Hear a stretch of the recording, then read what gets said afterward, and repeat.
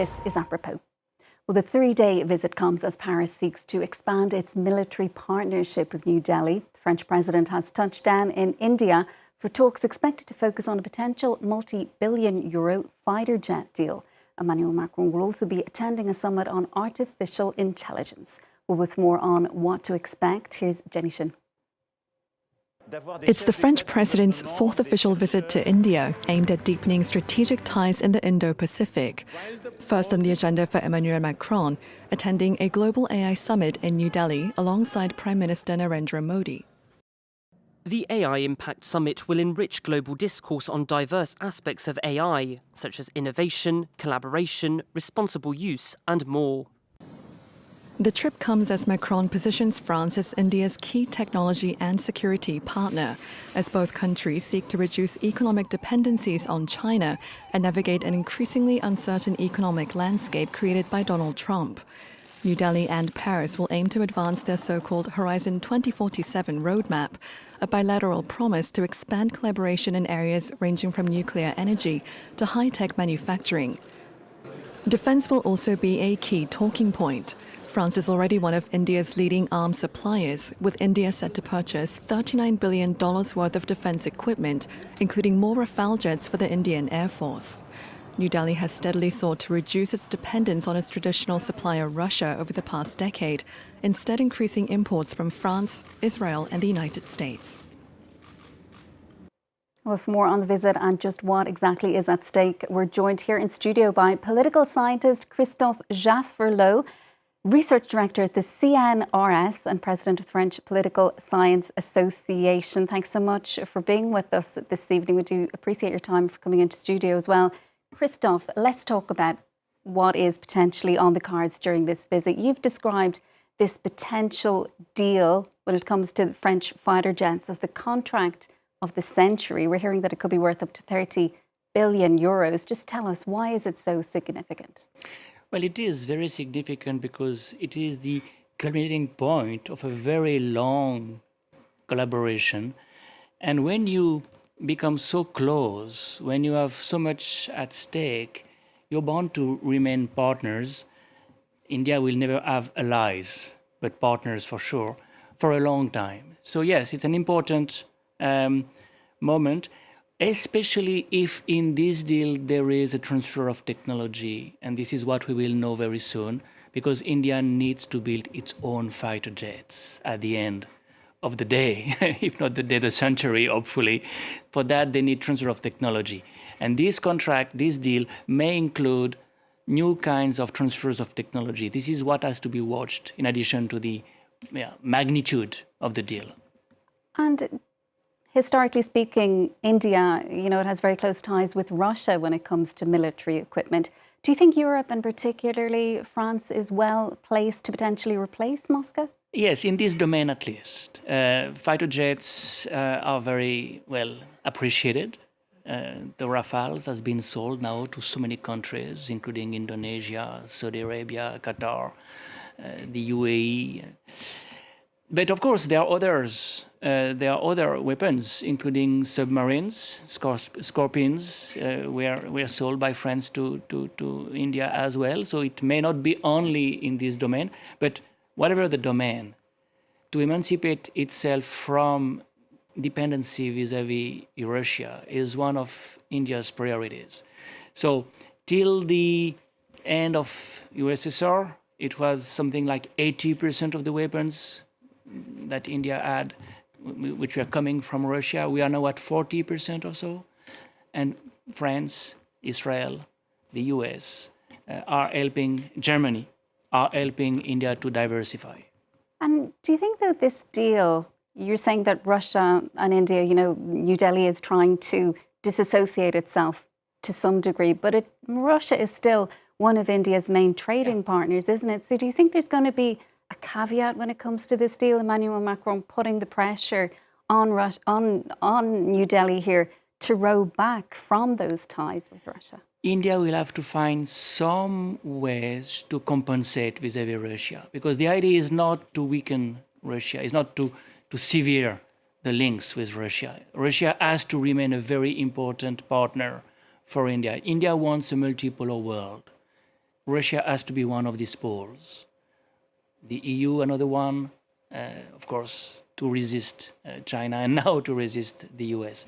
But of course, Russia may be pissed off, maybe very much pissed off by this decision, if it is at the expense of buying more equipment from Russia. So most probably India will buy more S-400, which are very effective earth-air missiles.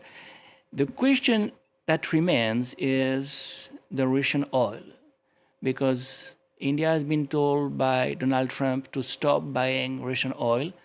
Apparently it is stopping buying Russian oil, and that may be even more complicated for Moscow, because Moscow needs this kind of money. But the Europeans are not supposed to put pressure on India on that ground.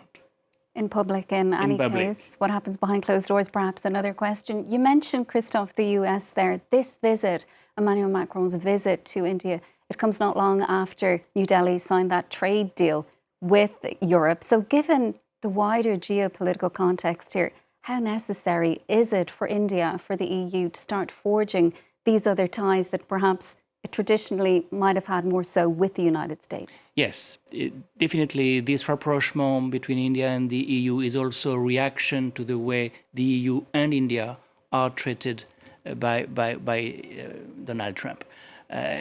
India, the EU have been at the receiving end of trade deals, of course, also very bad manners regarding Greenland, regarding also Chabahar. India has been asked by Donald Trump to stop investing in Chabahar, a very important deep sea port in Iran that India needs to relate to Afghanistan, to contain Pakistan.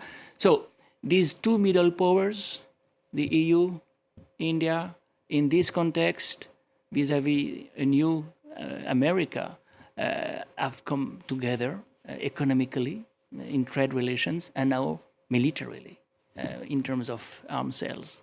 And Chinese influence also, that's another issue, kind of close to both leaders' hearts. Do you think that's going to weigh heavily on these talks as well? It plays a role. It plays a role in two ways. One, very important, the Indo-Pacific. France and India are, of course, very much cooperating in the Indian Ocean. France is a resident power in the Indian Ocean with La Réunion Island, with Mayotte, with Djibouti also. And India, of course, like France, is fearful of China expanding its influence in this part of the world because of Sri Lanka's deep sea port built by China, because of also the Maldives, because of Djibouti again, because there is a Chinese military base in Djibouti. So that's one very important area for cooperation, the Indo-Pacific in the Indian Ocean. And then, of course, there is another China factor, that is, how do you emancipate yourself from the supply chain that is coming from China?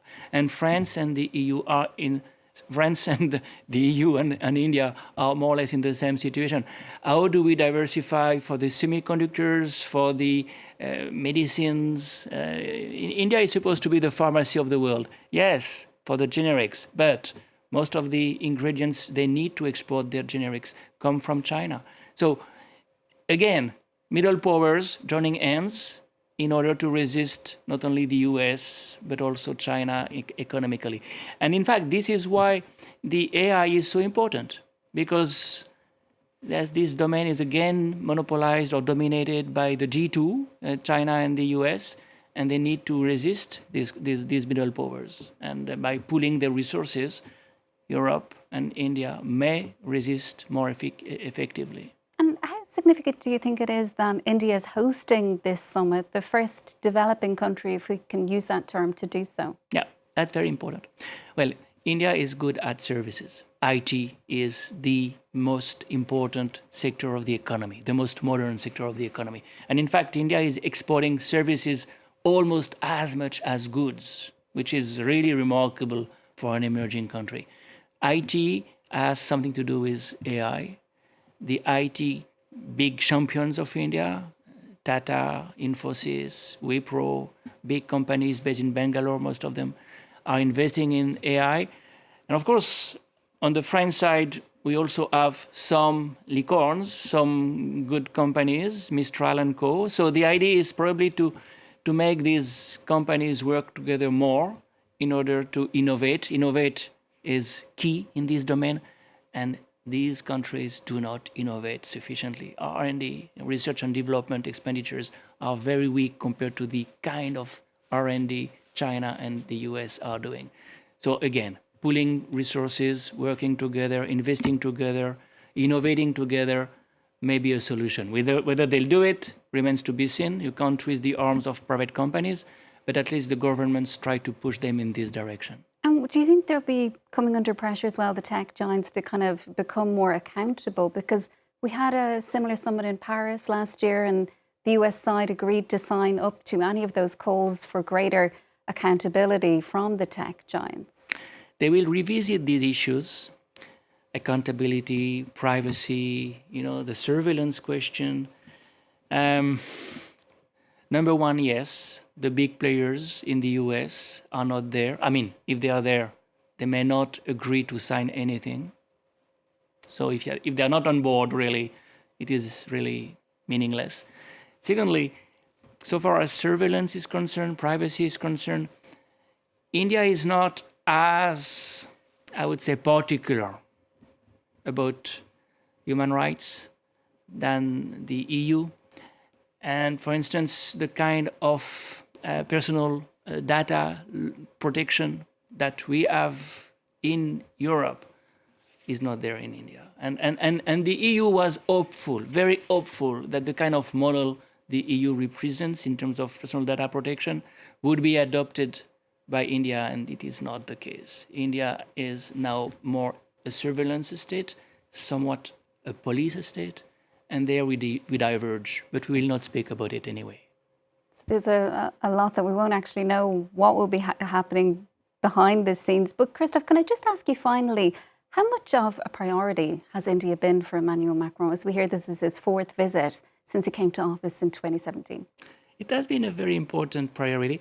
First of all, because the Indo-Pacific is certainly his work, personal work. Over 10 years, almost 10 years, he has been pushing the Indo-Pacific agenda. Remember, 2018, for the first time in Australia, he says the Indo-Pacific is where things happen. We want to be there. India was in the Indo-Pacific along with Australia, but Australia went the Oculus way, along with Japan, and we are still close to Japan. But India was, along these two others, a very old partner of France. 1982, Mitterrand goes to Delhi and sells the first fighter jets. 82, many, many decades ago. And then 1998, Jacques Chirac goes to Delhi and signed the first strategic partnership with India.